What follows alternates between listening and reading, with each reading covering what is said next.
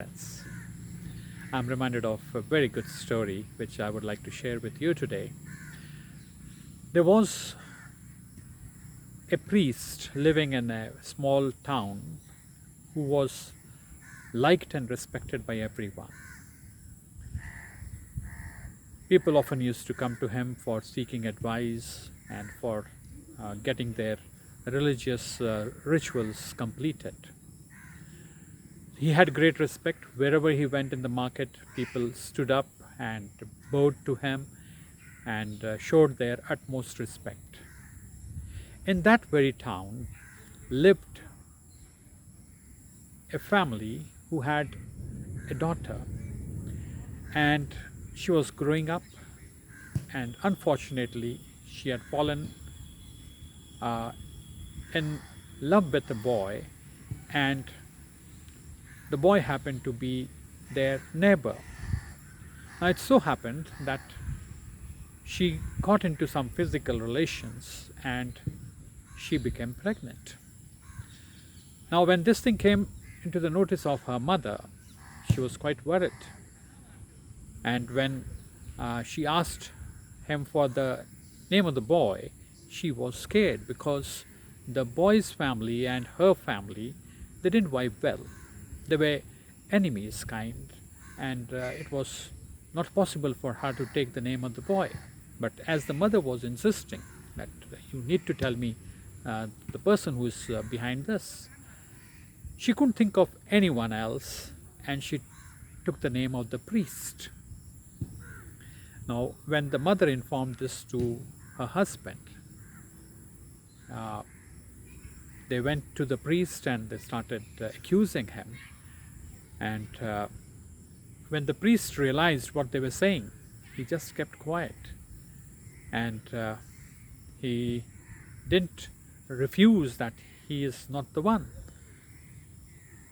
Slowly, the information got leaked and the whole town came to know about it. And the whole town stopped going to that temple and stopped respecting this priest.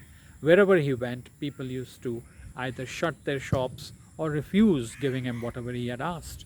And slowly the priest retired himself to his own temple. He didn't go out much and spent his days. When the child was born to this unwed mother, the baby was brought by the parents and handed over to the priest. They said, "This is your son and you need to take care of him." And the priest said, "No problem. You can leave him. You can leave the child with me." And he started taking care of the child.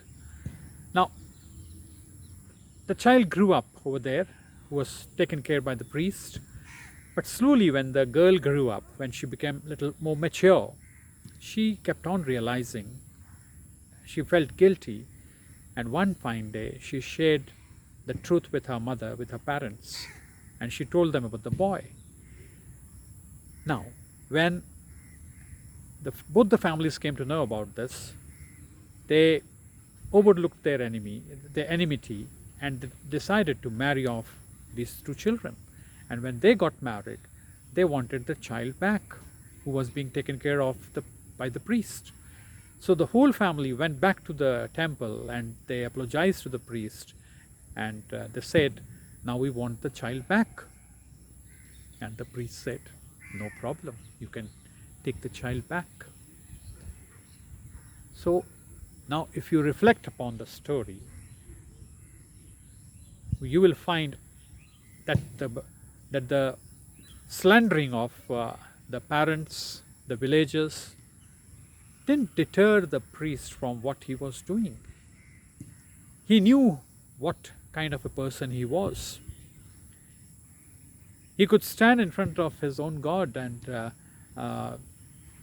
he didn't get bothered what the public was considering about him, whether they were respecting him or they were not respecting him. And then again, when the responsibility was given for the baby to be raised by him, he didn't bother.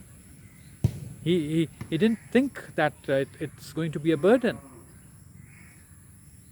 And then in the end, when they asked the baby back, he didn't have any tie-ups with the baby. No bondage was there. He said, okay, if everything has settled down, you can take the baby back. Imagine when first time when the parents had gone and blamed him, what must have gone on in his mind. He didn't refuse. Instead, he must have thought in his heart that there must be some kind of a difficult situation for the girl for which she is not able to take the name of the boy. And if she has taken his name, it was okay for him. It was okay for him to take on the responsibility. And it was okay for him to let the baby go. Think and reflect on the story and on the greatness of this priest. Thank you.